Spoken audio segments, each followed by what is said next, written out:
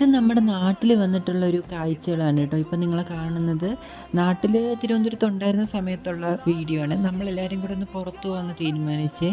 എനിക്ക് പ്രത്യേകിച്ച് കാറിൻ്റെ ബാക്ക് സൈഡ് ഇരിക്കാൻ ഭയങ്കര ഇഷ്ടമാണ്. ബാക്കിലിരുന്നുകൊണ്ട് ഇങ്ങനെ പുറത്തെ കാഴ്ചകളൊക്കെ കണ്ട് ഇത്രയും നേരം ജോലിയിൽ സ്ട്രെസ്സും കാര്യങ്ങളൊക്കെ ഒന്ന് മാറി കിട്ടട്ടെ എന്ന് വിചാരിച്ചു.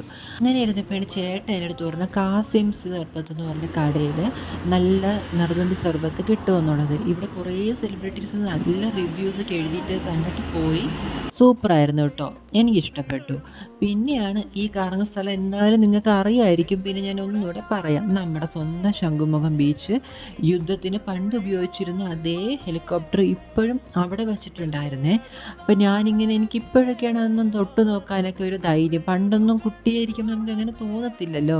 പിന്നെ കുറച്ച് പാവ് ബജി വെച്ചിട്ടുണ്ടായിരുന്നേ, അതെനിക്ക് അമ്മയ്ക്ക് മേടിച്ചു കൊടുക്കണമെന്ന് ഭയങ്കര താല്പര്യമായിരുന്നു. ഞാനും കഴിച്ചു കുറച്ച്.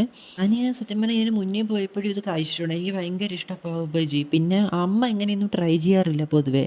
ഇന്ത്യൻ കോഫി ഹൗസ് കണ്ടു, എന്ത് നല്ല രസമാണ് ഇന്ത്യൻ കോഫി ഹൗസ് ഒക്കെ കാണാനായിട്ട്.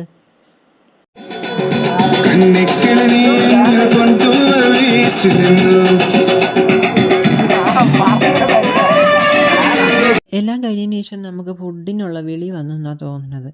നേരെ എനിക്ക് ഇങ്ങനത്തെ സ്റ്റോളുകളൊക്കെ ഭയങ്കര ഇഷ്ടമാണ്. നിങ്ങൾക്ക് ഇഷ്ടമാണെങ്കിൽ കമൻറ്റ് അറിയിക്കാൻ മറക്കല്ലേ.